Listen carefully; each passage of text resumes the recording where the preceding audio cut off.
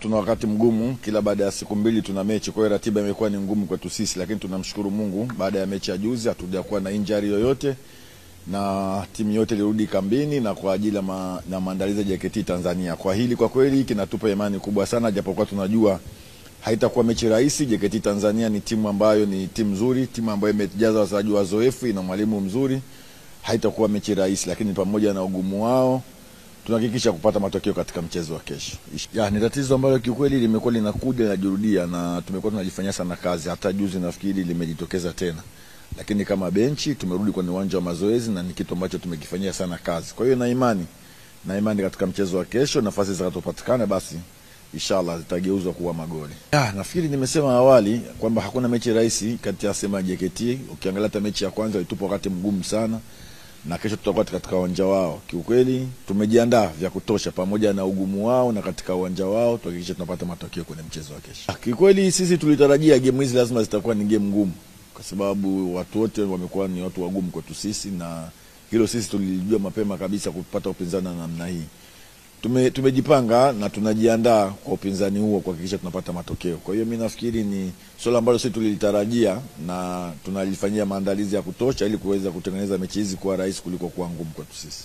Kwanza niwapongeze mashabiki wetu. Kiukweli wamekuwa ni watu muhimu sana kwetu sisi, wamekuwa wakitusupport, wakitufuata sisi kwa kila hali.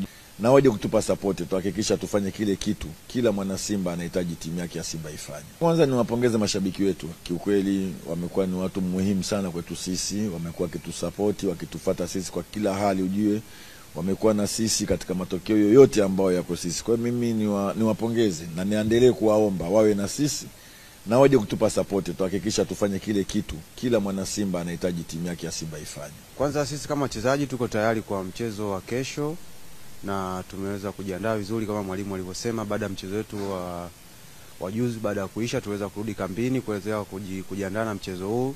Tunatarajia mchezo hautakuwa rahisi kama mwalimu alivyosema, kutokana na ratiba yetu jinsi ilivyo na michezo yetu jinsi ilivyo. Kwa hiyo kama wachezaji tumejiandaa vizuri kupokea mbinu za mwalimu na ambazo ametuelekeza ili kuweza kuzitumia katika siku ya kesho. Mchezo kama mwalimu alivyosema, mchezo hauwezi kuwa rahisi.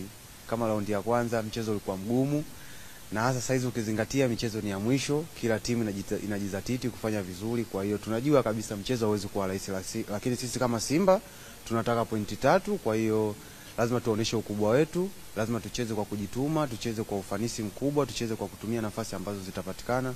Kwa hiyo sisi tumejiandaa vizuri kuweza kupata matokeo ya ushindi. Shabiki, kwanza nipende kuwashukuru kwa kuweza kutusapoti na kuweza kuwa nasi. Lakini pia niweze kuwakumbusha kesho pia tuna mchezo mgumu sana ambao tunahitaji support yao, waweze kufika, waweze pia